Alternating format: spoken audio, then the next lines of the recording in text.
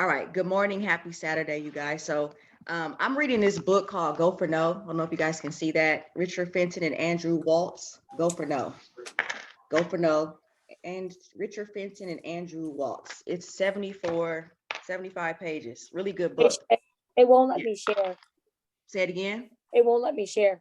Okay, hold on one second. Let me try it again. I'm just gonna make you the host, Jen. I already started recording. Okay, so I'm just gonna make you the host. There we go. Self-improvement is very, very, very important, you all.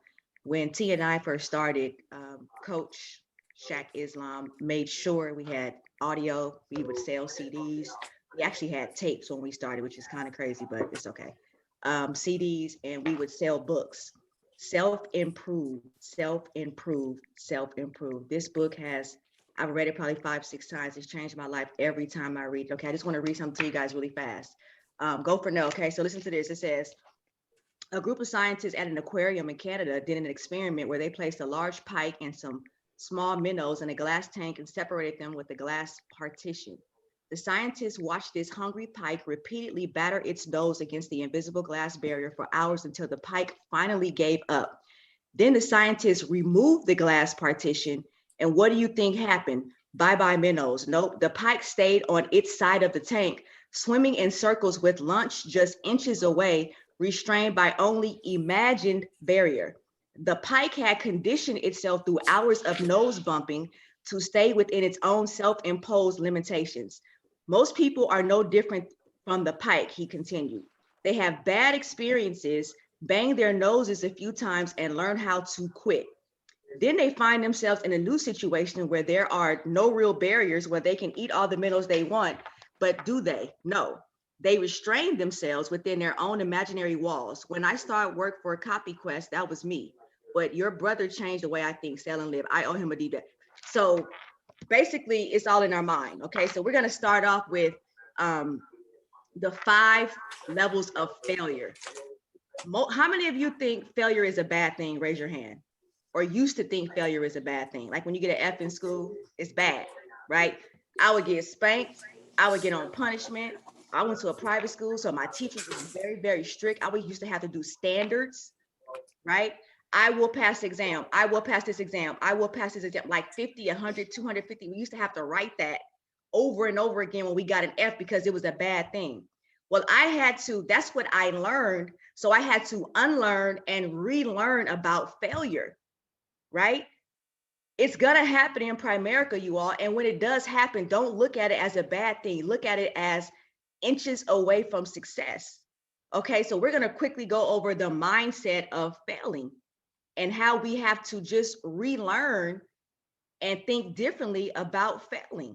Okay, especially in business. It doesn't have, it's not an overnight success, it's not a sprint, it's a marathon, right? You understand that it's a marathon. Okay, so failing forward, the 5 failure levels. Level 1, the ability to fail. Yes is the destination, no is how you get there.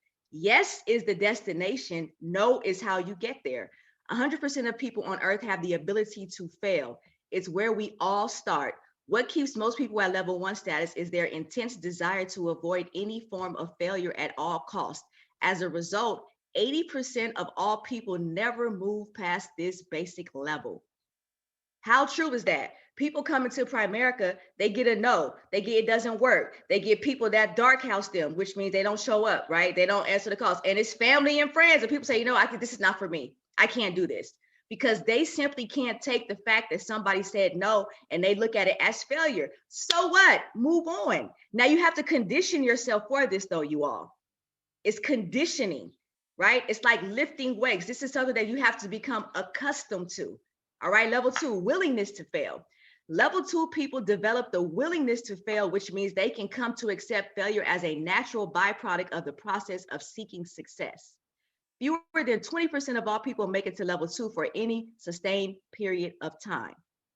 Develop the willingness to fail. You have to look at failing as a game, as fun, as the destination to success. Jen? Level 3, the wantingness to fail. Having the wantingness to fail goes beyond mere tolerance or acceptance of failure as a part of life. Wantingness means developing the desire to fail with the inner faith that personal and financial growth will follow. Fewer than 5% of all people ever get to level 3. So you see, each level, you get more success with the people who are welcoming failure. We've got to condition ourselves to welcome failure. When someone says no, when someone dark houses you, when someone doesn't respond, you gotta dust it off, right? You gotta keep pushing through. You gotta look at it as the destination to yes. Like, yes, I'm getting closer to my yes. They just told me no. They just dark housed me. They didn't answer the phone, right? Level 4.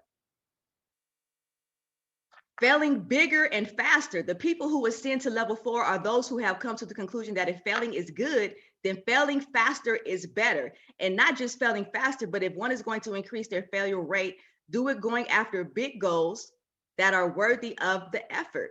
Level 5, this final level is for those rare individuals who understand that massive success requires multiplication of effort. People enlist others to fail with them, knowing that if individual failure means individual success, group failure equals.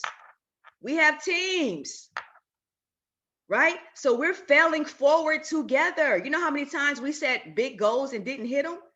However, we did more than we did before, right? So we're failing, but we're increasing our chances of success because we're failing forward, right? We want to hit 50 by 50,000, right? So we've surpassed 20 by 20,000 because we're going after that 30 by 30,000. And then we'll set to go to 100 by 100,000. You see what I'm saying? So failing, you all, is not a bad thing. So we've learned as young children that failing is bad. You get an F, you get in trouble. Don't bring F's in my house, is what my mom and dad used to say, right? I would get in trouble. I used to stay up till midnight studying, you know, having to retake tests, exams. If I did fail an exam, it was bad. That's what I learned. Then I had to unlearn when I came to Primerica, right? I had to unlearn all of that. Failing is bad. It's not, especially in Primerica, especially in your own business. You're gonna fall flat on your daggum face. You're gonna fall. You got to get back up. When you were a child, when you failed, right? Did you stay on the ground or did you get back up and try it all over again? You got back up and you did it all over again until you walked and then you ran, right? That's what it is here. You got to fall and get back up, dust yourself off and keep going. Keep attempting to hit those goals that you want to hit. And every time you will progress. Progression is the glue to happiness. When you progress, you feel good about yourself. You feel great about yourself, right? Because you're getting better and better every single day. All right, so let's talk about getting paid to train. I'm excited about this, right? Because a lot of times we think when we collect the 124, oh, I got a new recruit. I recruited 15 recruits last month and nobody does anything because we just collected an IBA, right? We don't get paid just to recruit people. We get paid to hire, train, promote, and get them licensed. That's what we get paid to do. And, you know, build them a team. That's where the big bucks come in, right? That's why Shaq is over $500,000 a year, because he has a group, a team of people who have failed forward and gotten to levels of success. And everyone is going up because of that, right? Not just a bunch of people not doing anything, broke, not making money, not going on appointments, not getting life insurance, not getting mutual funds. No.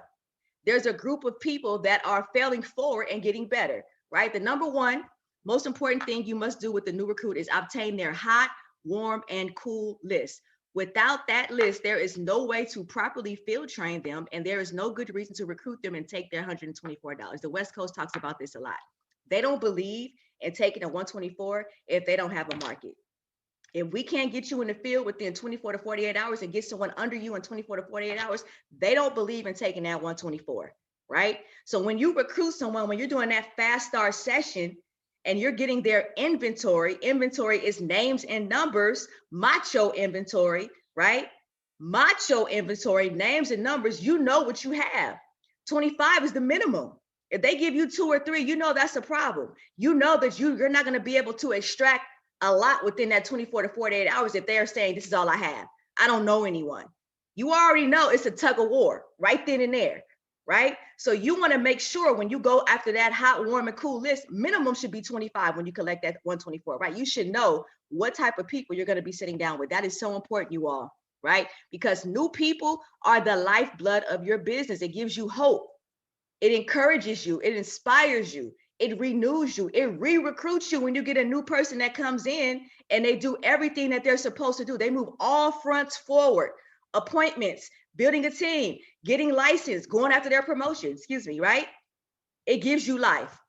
Their prospect list is who you are going to go set appointments with, do a presentation with, overcome objections with, explain life insurance and other products, recruit across the kitchen table, Zoom, and get their hot, warm, and cool market list with. In other words, it's how you would teach them to effectively do Primerica so they can develop the ability to do it on their own and have a legitimate chance to build their own Primerica business. How incredible is that, right? So I take out Ramon, I'm training him. He sees me go through the presentation. He sees me tells my personal story. He sees me asking questions. He sees me collecting data, taking notes. He sees me overcoming objections. And lastly, he sees me collecting that routing and account number. Amazing. He sees that over and over and over and over and over again. It's like your favorite movie, right? One of my favorite movies is Love and Basketball. I know what's going to happen before it happens because I've seen it over and over again. The same thing when you have that trainee watching you. That's why it's important they go on a minimum of 10, 15 training appointments, hot market, qualified, recruiting across the Zoom, qualified appointment, making things happen, collecting a routing account number. And guess what? In return, now you've developed a soloist, soon to be a field trainer. That's so important. So important. Since the new recruit is making such a small financial investment, $124, with the opportunity to make $1 million a year or more, a list of 25 or more people is a minuscule requirement for the potential to earn $1 million a year or more. Think about that. Think about your traditional businesses, what you have to do to get started. Hundreds and thousands of dollars, a ton of expenses, right? Most of them have to come up with their own playbook, their own system. It's already here. We're only investing $124 and you're getting that back, especially new people right now. $100 comes back to you the first 30 days for pre-licensing. You log into the app within 24 hours, $50, that's $150. So you're getting more than what you've invested in, right? You have a home office in Duluth, Georgia, over 40,000 employees, I believe it is, that work in home office. Think about that. That's incredible. That is it. There's a system. There's a playbook. We just got to funnel people through, right? Considering it takes 1,600 hours to get a license to practice cosmetology in California, which allows you to cut, color, and style hair with an income potential of between $20,000 to $50,000 a year, coming up with the top 25 list and going on 15 appointments with that potential to earn $1 million a year or more. Think about that. It costs $1,600 in California to get your cosmetology license. It costs $124 to build a $1 million business in Primerica. How incredible is that, right? One of our good friends in Primerica, Eric and Amber Davis, 10 years to $1 million. 10 years to $1 million a year in Primerica. He's barely 40 years old. 10 years, you all, and had a stroke. He had to learn how to walk all over again. His team didn't even know, but his team kept playing when he was in the hospital, and his husband, Lord Jesus, his wife ran the business for him. Think about that. How incredible is that? To have a team of people, no matter what happens to T and Shay, Mama V's not going to stop building her business. Ramon's not going to stop. Gabby's not going to. They're going to keep going because they're not doing it for T and Shay. They're doing it for themselves and their family and friends, right? So they're going to go to the next level. 10 years, $1 million. $1 million. I think he's at 1.2 now, 1.3. How he just went over $1 million not even a year ago. How incredible. This is the best opportunity in American business, the best by far. If you want to retain a higher percentage of recruits, if you want your people to make more money, if you want to have tons of freedom, then you need to relentlessly focus on making sure every motivated person in your base shop has mastered Primerica's 7 fundamentals. We'll go over this probably next week, or maybe Jen, we can go over each one. That would be great too, right? So this is just a few points of how you want to get your new teammates going, you all, because it is important for when you recruit someone to get them in the field that night, the latest 48 hours. I'm telling you, when Shaq came and sat down with T and I, broke down our whole life, broke down the stupid Gerber life we had on Ty, T had nothing. We were pulling from my 401k at General Dynamics, spending it. When he came, it broke down how to live below our means, buy term and invest the difference, mutual funds. It was a no-brainer. It made sense. It made sense, right? So when your new teammates see you go and educate, and responsible people see value in moving forward, it gives them hope. So training them and getting them in the field is so, so important. Setting those appointments, educating them, helping them learn how to overcome objections. How do you do that? They see you in action. That's the best way for them to learn, is to see you in action. All right. So now I'm going to pass it out to my incredible queen, Miss Jen Lee. She's going to talk about building. By far the best at building an attendance, by far the best at, having that group of people going forward, moving forward, hitting goals as a team, which is very, very important. If you want freedom, that's what you have to have. Jen? Thank you, Shay. Yeah, you guys, I love training with Shay all the time because we bounce off each other so much, because Shay was just talking about failure allows you to make adjustments. Primerica is a series of adjustments, and I got that from Shay. I always got that from Shay. But Bruce also said that old mistakes keep you broke, new mistakes make you rich. So if you think about it, it's not just failing. You got to fail and make your adjustments, right? And got to get better every single time. Every single training that I have ever shown up to has always been for the purpose of finding that new adjustment that I can make on top of what already works. So whatever already works, don't change it. Whatever doesn't work, you can go ahead and change it and ask your coach before you change anything, right? But when you take these people in the field, right, I believe there's two types of recruits that come in. There's the people that already were clients like Shay. And this is cool because I'm a different type of recruit. I came in not as a client. I came in just as a regular, non-qualified person, right? So naturally, Shay doesn't need to be convinced that the business, can work. She's already going to set those appointments easily. I'm training a lady named Tanika right now under one of my girls, Tashay. She started as a client with us.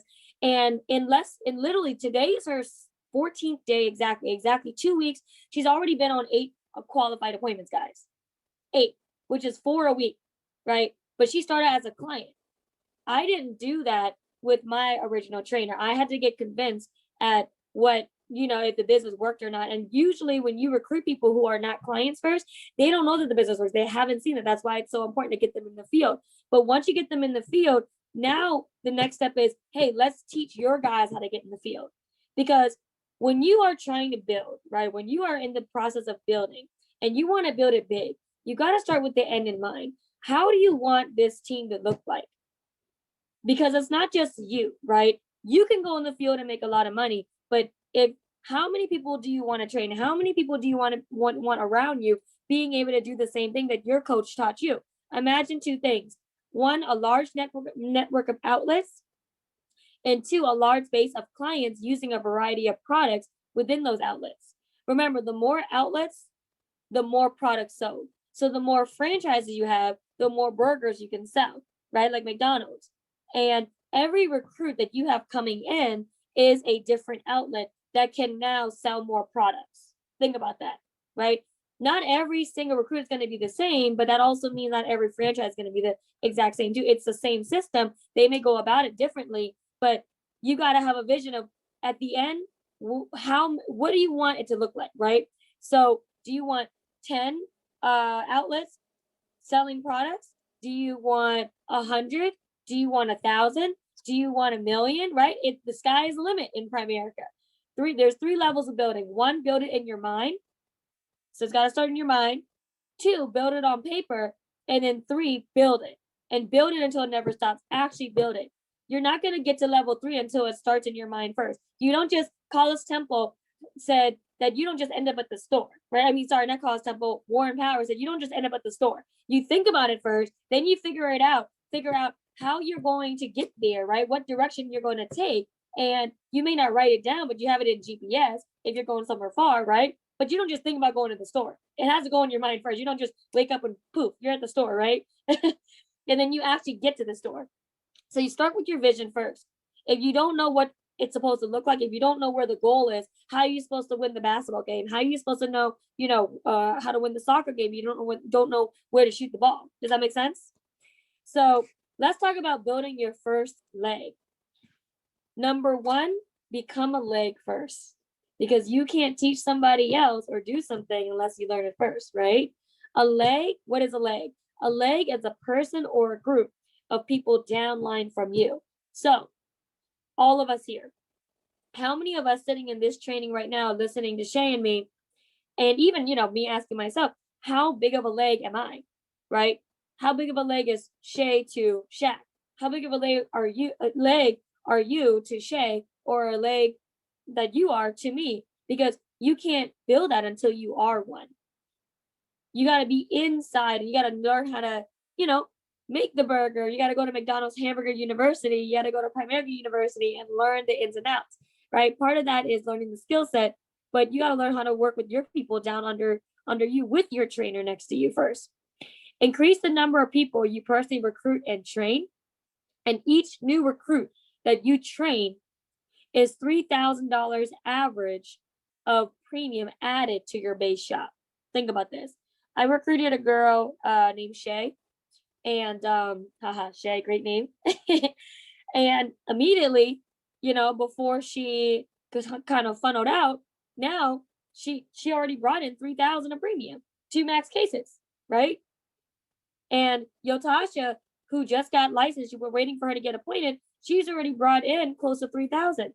Tasha, we're waiting on one app to get accepted. That's going to put her over 3,200, right? So you think about it, the average recruit that you are training brings 3,000 to your base shop. And why do you want to be a trainer? You think about it anywhere you've worked in the past, whether let's call it a server, right? Who gets paid more, the server in training or the server training? The server in training, right? When you work at McDonald's, right? Who gets paid more, the shift manager training the cashier or the cashier? Anywhere you go, when you're a trainer, you get paid more.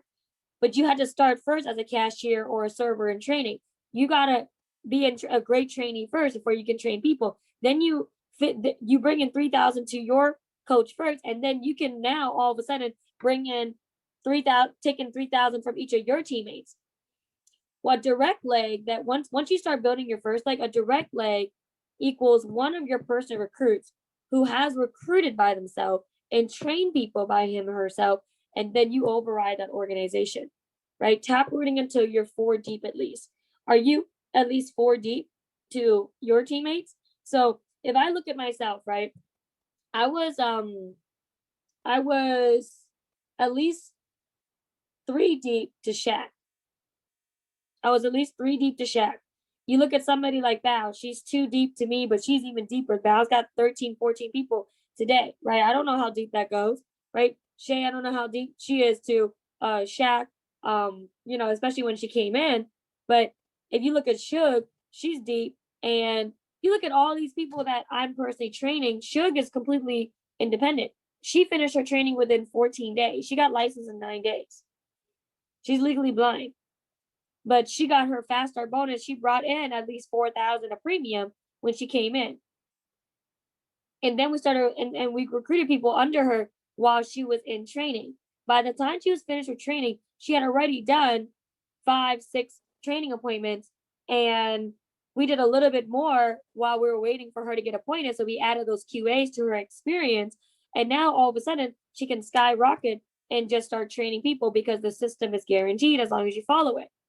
And the goal is to have 10 Shugs direct to me. How many Shugs do you want? How many Shays do you want direct to you? How many Ramones do you want direct to you? How many Gabrielles? You're a superstar, aren't you? You've done, things right, haven't you? So if you do things right even more, you're going to start attracting those people that now are going to become those direct legs to you.